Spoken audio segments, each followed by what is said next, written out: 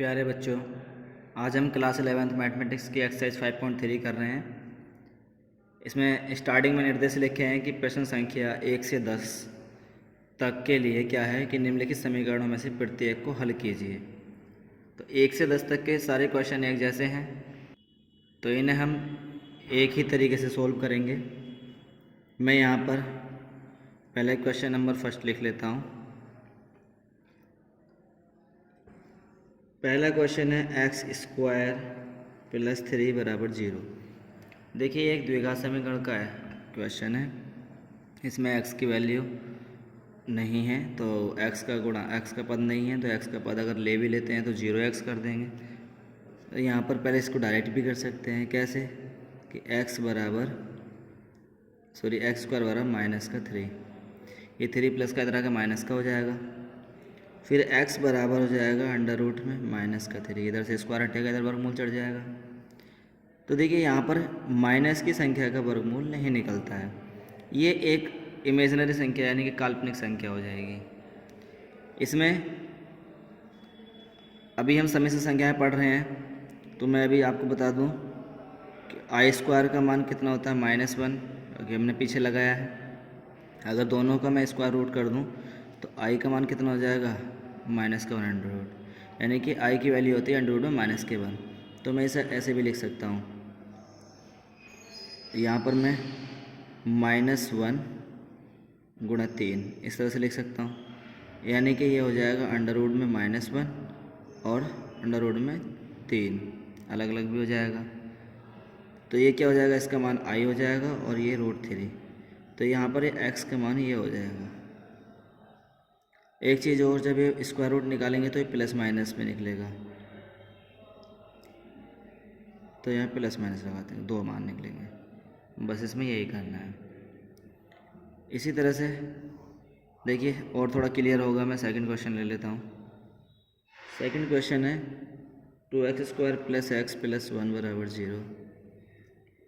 यहाँ हम वही तुलना करते हैं, ax² + bx + c बराबर 0 से तुलना करते हैं। हमने ये हाई स्कूल में भी क्वेश्चन किए थे। फिर हमारा a का मान कितना आता है यहाँ पर 2, b का मान कितना आता है, x का गुणांक 1 है और c का मान भी 1 है। तो फिर हम निकालते हैं विविक्त कर b² - 4ac, ये निकाल के देखते हैं कितना आता है। तो b का मान है 1, 1 का स्क्वायर -4 गुणा a का मान 2 और c का मान 1, तो 1 का 1 वर्ग, 4 दूनी 8, 1 का 8, यह है -7 जो कि छोटा है 0 से। माइनस की कोई भी वैल्यू 0 से छोटी होती है। देखिए आपको याद होगा, जब हम माइनस की कोई वैल्यू आती है 0 से छोटी विविक्त कर में, तो उसमें हम क्या लिखते थे, उसमें हम लिखते थे हाई स्कूल में कि इसके जो मूल होंगे वो काल्पनिक होंगे। अब इसके काल्पनिक मूलों को हम निकालते नहीं थे, सिर्फ बताते थे उनकी मूलों की प्रकृति में। तो अब इसमें हम निकालेंगे इनको, अगर काल्पनिक मूलों को निकालना है तो हम कैसे निकालेंगे, तो इसमें हम इसको सोल्व करेंगे आगे। देखिए ये b² - 4ac हो गया इतना। सीधा चारा से फॉर्मूला लगाते हैं तो वो क्या होता है -b under root plus minus b² - 4ac upon 2a। तो x बराबर हो जाता है माइनस का b कितना है हमारा 1 प्लस माइनस 1 का स्क्वायर -4, a का मान 2 और c का मान 1, ये रहे b c के मान। अच्छा, इसमें हमें रखने की ज़रूरत ही नहीं है, b² - 4ac का हमने मान निकाल रखा है पूरा -7, तो इसको हम ऐसे नहीं लिखते। x बराबर -b प्लस माइनस इस पूरे का मान ये हमने निकाल रखा है, -7 है, अंडर रूट में -7 अपॉन 2a, a का मान कितना है 2, तो x बराबर हो जाएगा -b प्लस माइनस। देखिए जैसे अभी माइनस यहाँ पे निकाला हमने, माइनस का √3 था अंदर, तो इसका मान आया i और √3, तो इस तरह से इसका भी आ जाएगा। माइनस को लिख देंगे हम -1 और 7, और -1 का मान आ जाएगा बाहर i,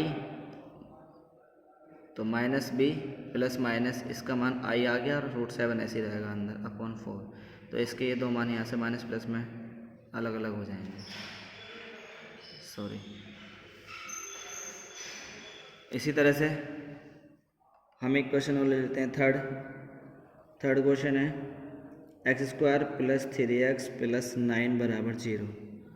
देखिए यहाँ पर भी हम ये करके देखेंगे। सबसे पहले हम ax² + bx + c = 0 से तुलना करेंगे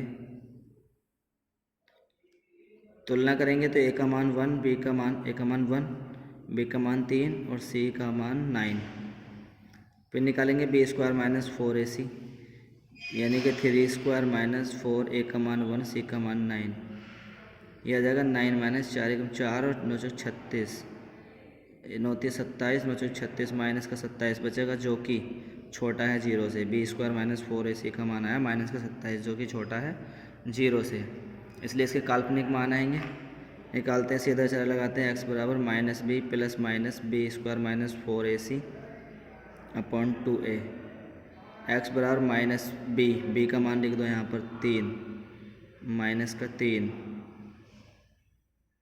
और प्लस माइनस ये b² - 4ac का मान माइनस का 27 अपॉन 2a का मान कितना है 1।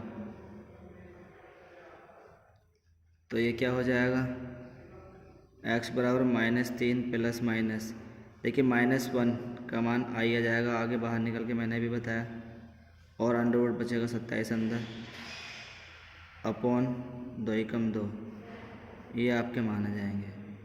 इसमें इतना ही काम करना है। तो आपको ये समझ आ गए होंगे। 3 क्वेश्चन मैंने कराए, तीनों क्वेश्चन आपने कर लिए। इसके तरह से ही हमें 10 के 10 क्वेश्चन ऐसे ही करने हैं। 10 के बाद के क्वेश्चन अगली वीडियो में बताएंगे, आप खुद करके देखेंगे। धन्यवाद।